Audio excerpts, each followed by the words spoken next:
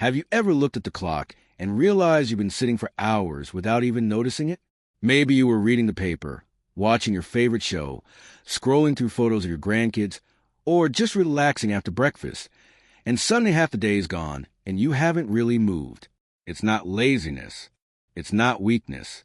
It's just a habit many of us fall into, especially after 60. But here's the thing, and I say this with love and concern, what feels like rest may actually be stealing years from your life. That's right. More and more doctors and researchers are saying something that might surprise you.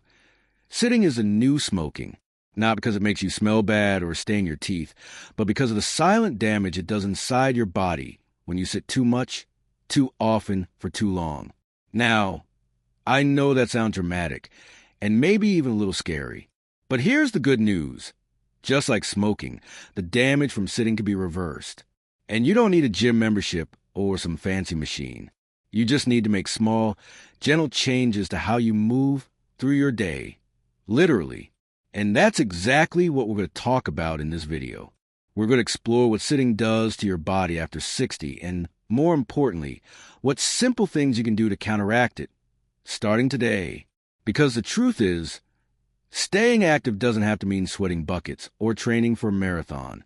It's about moving with intention and reclaiming the years that sitting may be quietly taking away. Let's begin with something you probably noticed already.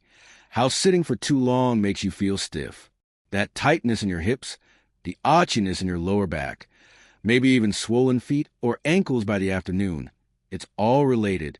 When we stay in one position, especially seated, our blood doesn't circulate as well. Muscles shorten, joints get lazy, and before you know it, even a simple movement like standing up feels like a chore. But beyond the stiffness, sitting can mess with your body on a deeper level. It slows your metabolism. That means your body burns fewer calories, which can lead to weight gain even if your diet hasn't changed. It also increases your risk of type 2 diabetes, heart disease, and even certain cancers. Not to mention the impact it has on your posture, balance, and bone health. Things we definitely want to protect as we age. And then there's the mental side. Believe it or not, prolonged sitting can also increase feelings of fatigue, fogginess, and even sadness. That's because movement isn't just for muscles. It helps your brain too. Just taking a few extra steps a day can lift your mood, sharpen your focus, and help you sleep better at night. Now, I want to be clear, rest is important. I'm not saying you should never sit or take it easy. What I'm saying is that we have to balance the rest with gentle movement. And the first fix I want to share with you is beautifully simple. You don't have to change your whole routine. Just interrupt it. If you've been sitting for more than 30 minutes, stand up. That's it. Just stand. Stretch your arms overhead. Shake out your legs. Walk to the window and take a breath. You can even set a gentle reminder on your phone or your watch. One woman I know sets a kitchen timer to ring every 45 minutes, just to nudge her up from her cozy chair. It's not about being perfect. It's about being consistent. This tiny shift, standing up regularly, starts a ripple effect. Your circulation improves. Your joints get a chance to move. Your energy lifts just a bit. And over time, this becomes a rhythm that supports your health without feeling like a burden. Another lovely little habit, moving during commercials or transitions. If you're watching a TV show, stand up during the ads.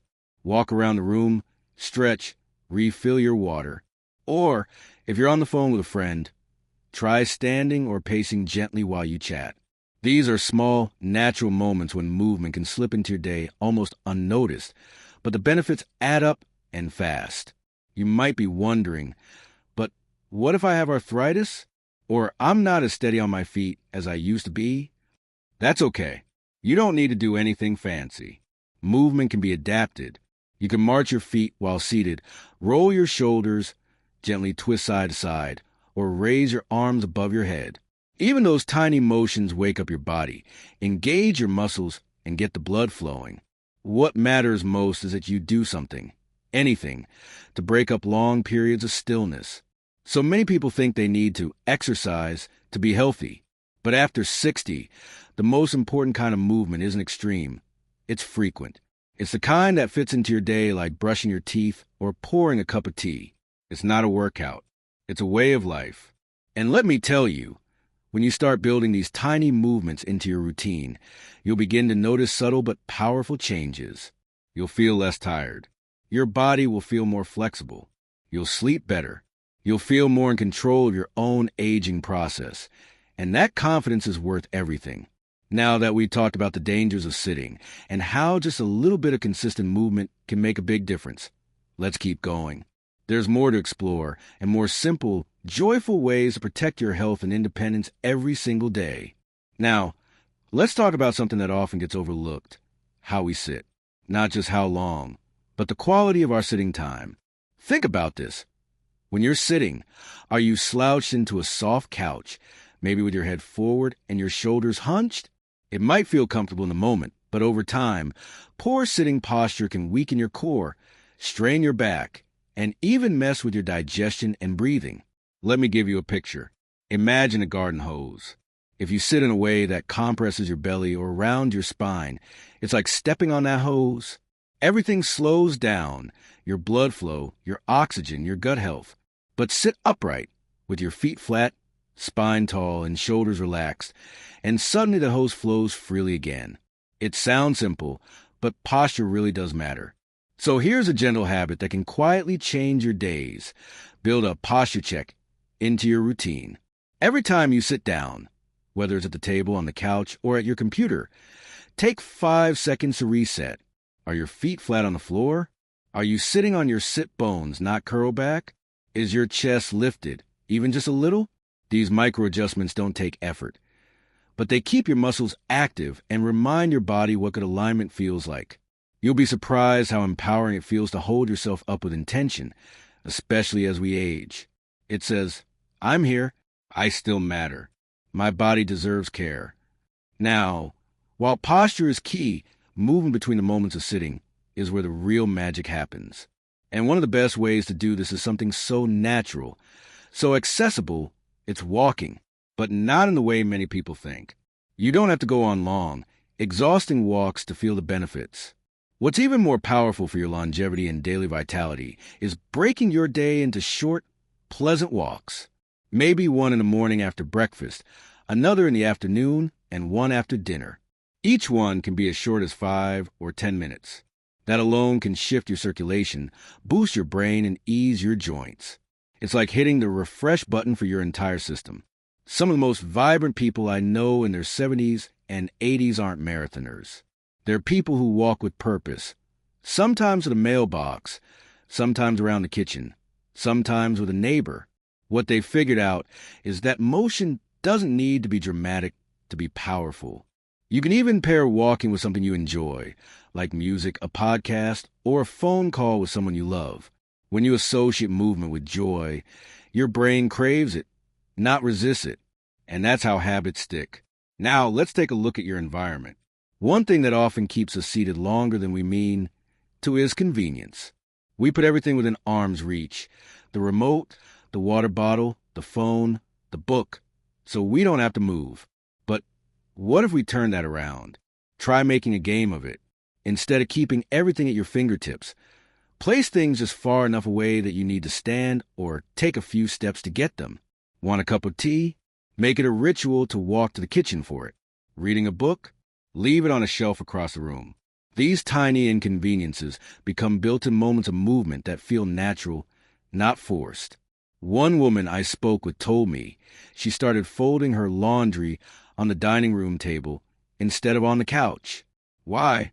Because it kept her upright, engaged her core, and added dozens of steps to her day. That's what I mean by weaving activity into your life without even noticing. And don't forget about your mornings. They set the tone for the entire day. If your day starts slow and still, it's easy for that stillness to stretch into hours. But if you can gently move your body right after waking, just a little, you're already on the path to a more active, energized day. This doesn't mean a full workout. It could be stretching your arms overhead while still in bed, circling your ankles and wrists, or walking in place for a minute before you sit down for coffee. These small wake-up signals tell your body, we're up, we're alive, we're moving. And if you're someone who journals or reads in the morning, that's beautiful. But try doing it sitting upright at the table, not curled up in bed. That posture shift makes a big difference in your alertness, digestion, and energy levels. Here's the most beautiful part of all this. You're not just adding years to your life by moving more. You're adding life to your years. You're staying connected to your own body, showing it love and attention in the simplest ways. And that sense of care, both physical and emotional, is deeply healing. You might not feel the change after one day, but give it a week, then a month. You'll start to notice little things: less pain, more clarity, easier sleep, better moods. Movement becomes a form of nourishment, not just something you should do. So as we keep going, I want you to think of movement not as exercise, but as a conversation with your body, a gentle, ongoing reminder that you're still here, still capable, still in charge of how you feel. One step, one stretch, one moment at a time. Now let's take that energy and keep moving forward. There are a few more daily shifts we can make to protect our health, our independence, and our joy well into our later years. And they're easier than you might think. Let's keep that momentum going. We've already talked about posture, gentle walking, and setting up your environment to support movement. Now, let's take it one step further, literally. One of the most overlooked but powerful tools for breaking up long sitting sessions is a humble timer. Yes, a simple timer on your phone, on your stove, or even old-fashioned kitchen one can quietly revolutionize your day. Set to go off every 30 or 40 minutes. Not to nag you, but to gently invite you to stand, stretch, or take a short lap around the room. You'd be amazed at how these little breaks add up. 2 minutes here, 3 minutes there. That's more than half an hour of extra movement by the end of the day, without even changing your schedule. It's like slipping healthy moments into your life without having to carve out workout time. And the best part? The more you do it, the more natural it becomes. Your body will start to crave those breaks. You'll feel your energy return, your joints loosen, your mind sharpen. One man in his 70s told me he started using a tea kettle as his timer. Every time he boiled water, he'd take that moment to march in place while it whistled. Over time, he started doing squats while the toast browned or light stretches while brushing his teeth.